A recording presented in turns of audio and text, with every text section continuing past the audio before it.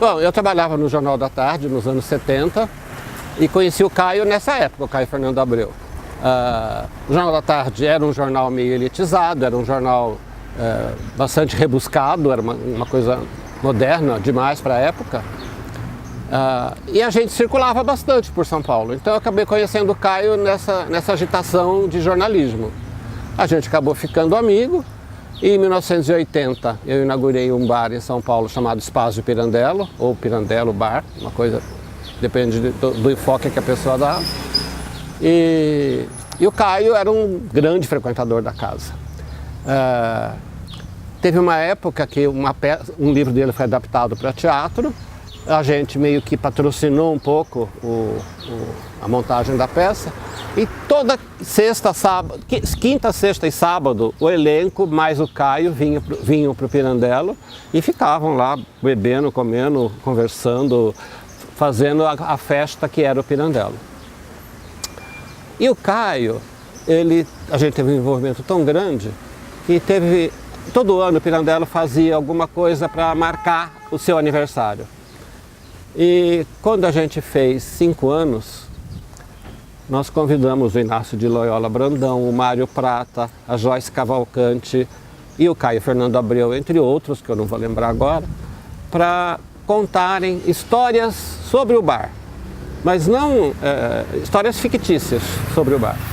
E o Caio escreveu um livro, quase um conto, era mais que uma crônica, era um conto mesmo, muito bonito, em que ele fazia reflexões sobre o que representava a liberdade dentro do Pirandello. Esse livro chama Contos Pirandelianos.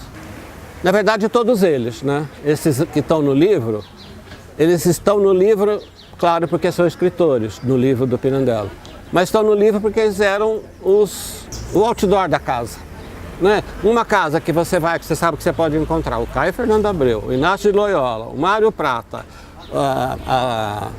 a Joyce, gente de papo gostoso, que curte, que sabe beber sem dar vexame, né? Então que fica as noites do Pirandello, a gente dizia que o Pirandello era uma festa, plagiando Hemingway, claro, mas é porque era isso mesmo. Ninguém bebia lá a ponto de ficar vomitando, não, as pessoas bebiam porque era o termômetro do momento. E bebiam, ficavam felizes e conversavam muito, muito.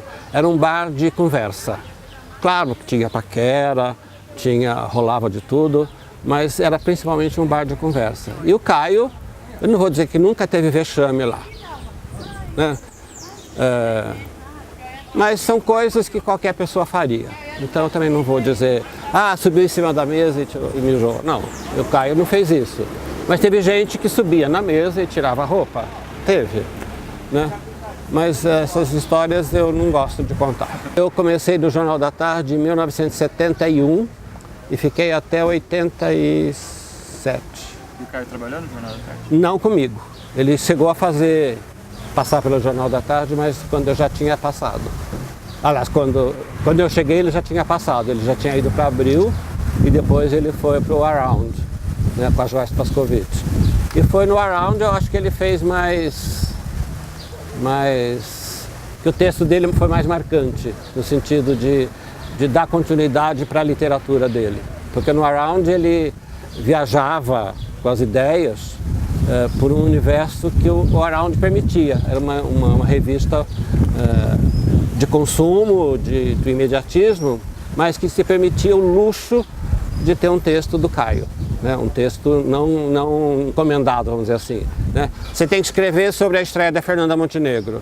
Isso é uma coisa que o jornal precisa. Agora, ele escrevia no Around com a verve de escritor dele. Então, ele era um jornalista mais literário do que ficcional, do que factual. Mas sempre um texto deslumbrante, né?